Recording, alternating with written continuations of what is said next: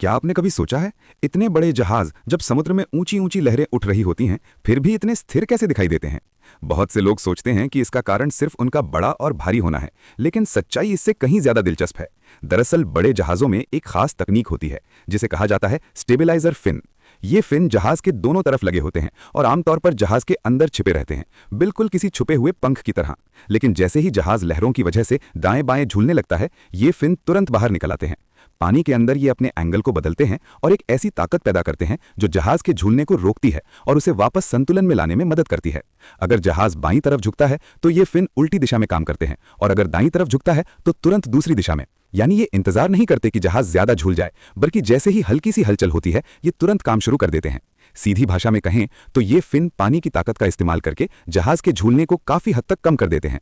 हालांकि ये किसी जहाज को पूरी तरह स्थिर नहीं बना सकते, लेकिन इतना जरूर करते हैं कि सफर ज्यादा आरामदायक हो जाए और यात्रियों को कम झटका महसूस हो।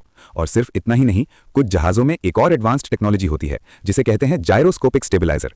ये जहाज के बाहर नहीं बल्कि अंदर काम करता है। इसमें एक तेजी से घूमने वाला भारी फ्लाईव्हील होता है, जो जहाज के झूलने पर उसके उलट दिशा में ताकत पैदा करता है और जहाज को और भी ज्यादा स्थिर बनाता है। तो असल में बड़े जहाज लहरों से अछूते नहीं होते, बल्कि सच ये है कि ये स्मार्ट टेक्नोलॉजी हर पल चुपचाप काम कर रही होती है, ताकि जहाज संतुलित बना रहे।